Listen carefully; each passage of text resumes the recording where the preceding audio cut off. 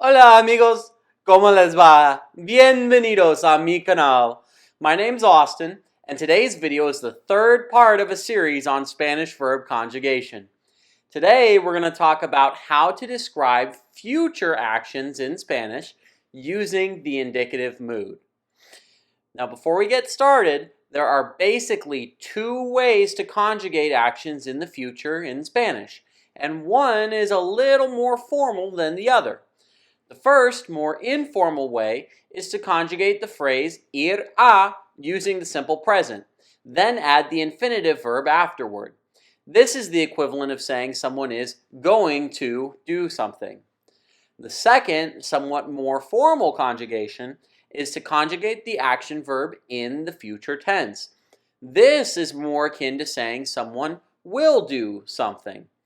In most normal conversations, you're probably going to use the ir a form more often, but it's good to know both, especially to improve your listening and reading skills. So, let's get started learning how to say someone is going to do something with the ir a form, which for many is the easier way because it doesn't actually use the Spanish future tense at all, but rather the simple present tense. So, there's no new conjugations that you'll need to learn. The conjugations for the verb ir in the simple present are as follows. Yo voy, tú and vos vas, él, ella, usted va, nosotros, nosotras vamos, vosotros, vosotras vais, and ellos, ellas, ustedes van. Once we know which conjugation we need to use, we just have to add the word a and our target verb in its infinitive form. Easy enough, right? The next way to conjugate in the future tense is using the somewhat more formal will form.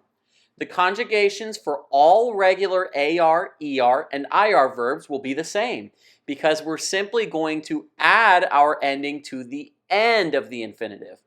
The endings we'll add are as follows. Accented e for yo, os with an accented a for tú and vos, accented a for él, ella, and usted, hemos for nosotros and nosotras, es with an accented e for vosotros and vosotras, and an with an accented a for ellos, ellas, and ustedes. Most of these endings are only one syllable and use accent marks. The only exception for that is nosotros and nosotras, which is two syllables and doesn't have an accent mark. The reason for this is because all of these endings need to be stressed at the end of the conjugated verb after the infinitive. Don't forget to stress the last syllable or the second to last with nosotros and nosotras, or you could accidentally say a different word with a totally different meaning. For example, ella hablará does not mean the same thing as ella hablará.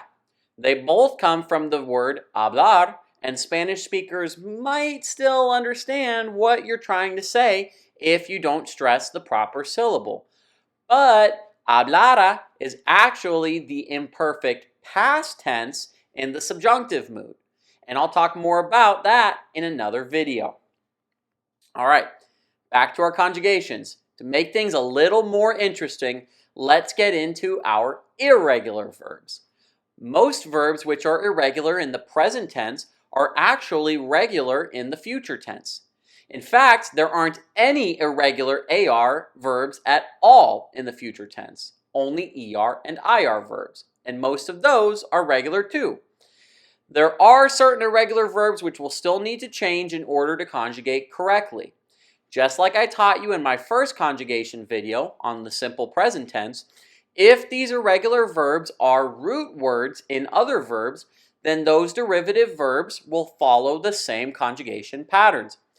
Two examples are hacer, to do or make, which is built into the derivative verb deshacer, to undo, or poner, to put, which is used in suponer, to suppose.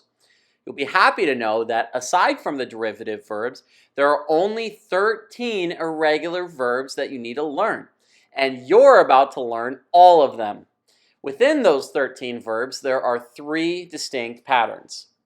The first way is that they can simply drop the E or I from their infinitive ending. The 5 verbs that follow this pattern are poder, to be able to, querer, to want, saber, to know, caber, to fit, and haber, which is a very special auxiliary verb that deserves its own video. It usually translates to have, to describe what has happened, or to be, to talk about the existence or presence of things, like when we say there is a something. All right, so the next way that irregular verbs can change is to drop the E or I from the ending, like before, and replace it with a D. The 5 choices here are tener, to have, poner, to put, venir, to come, salir, to go out, and valer, to be worth. The last way is a little more unique, which is for the verb to drop a C and E from its stem. The 3 verbs that follow this rule are hacer, to do or make, decir, to say, and satisfacer, to satisfy.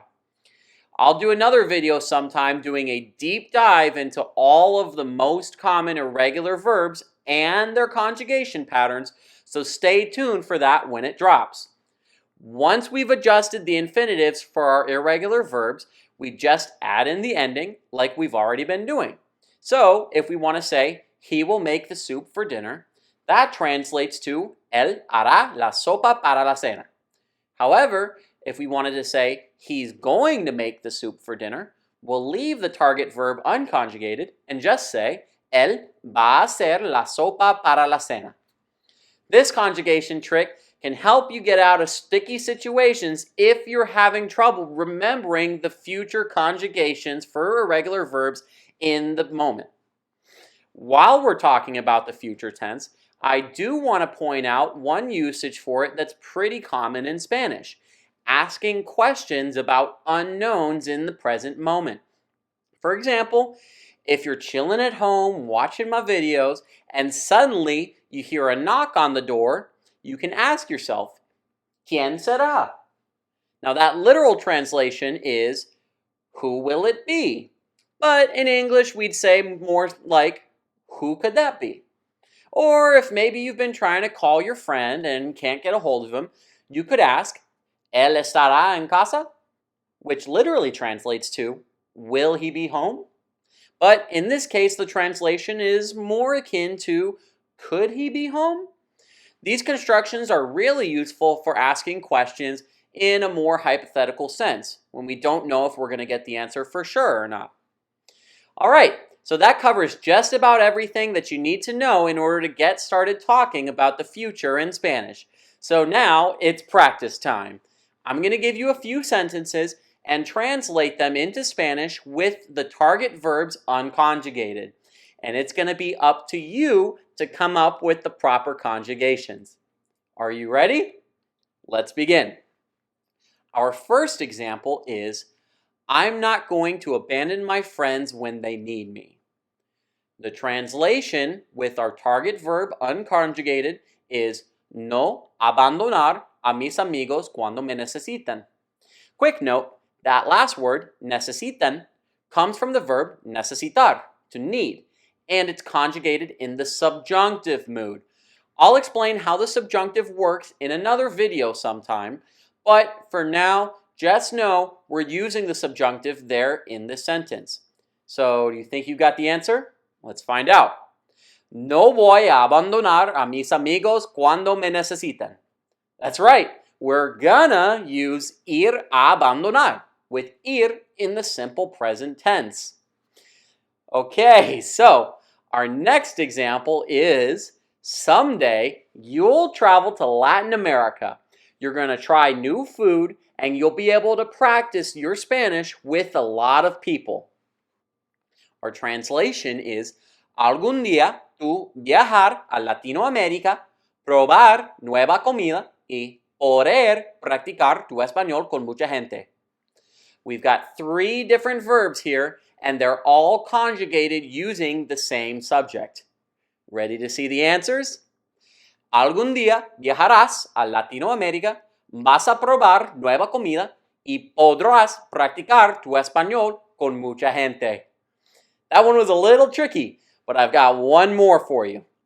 Last example is going to be, tomorrow it's going to rain, so I'll take an umbrella with me and put on rain boots before leaving.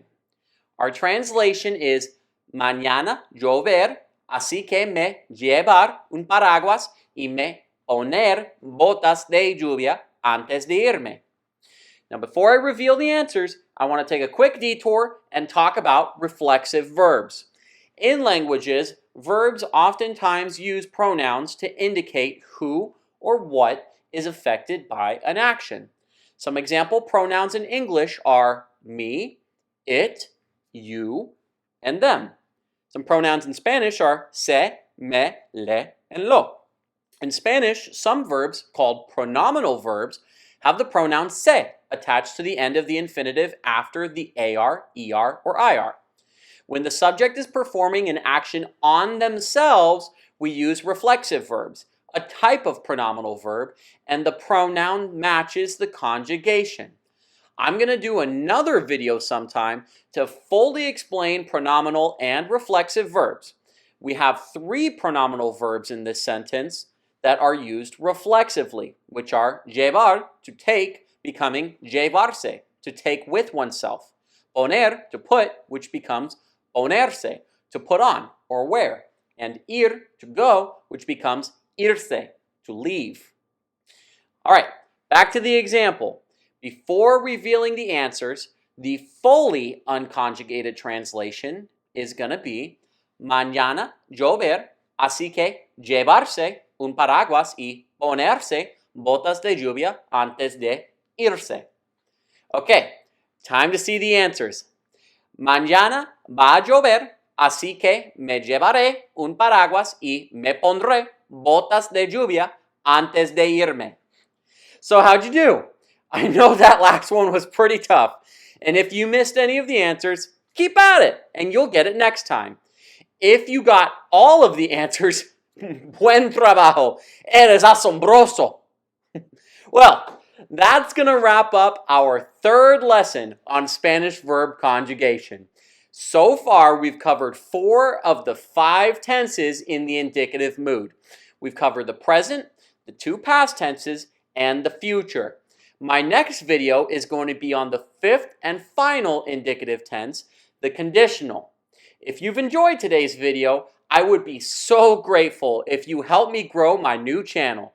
Please drop a like, comment if you have any questions or recommendation for future videos, and if you want to keep learning Spanish with me, please subscribe to my channel so you don't miss what's coming next. Muchísimas gracias por ver. Hasta luego.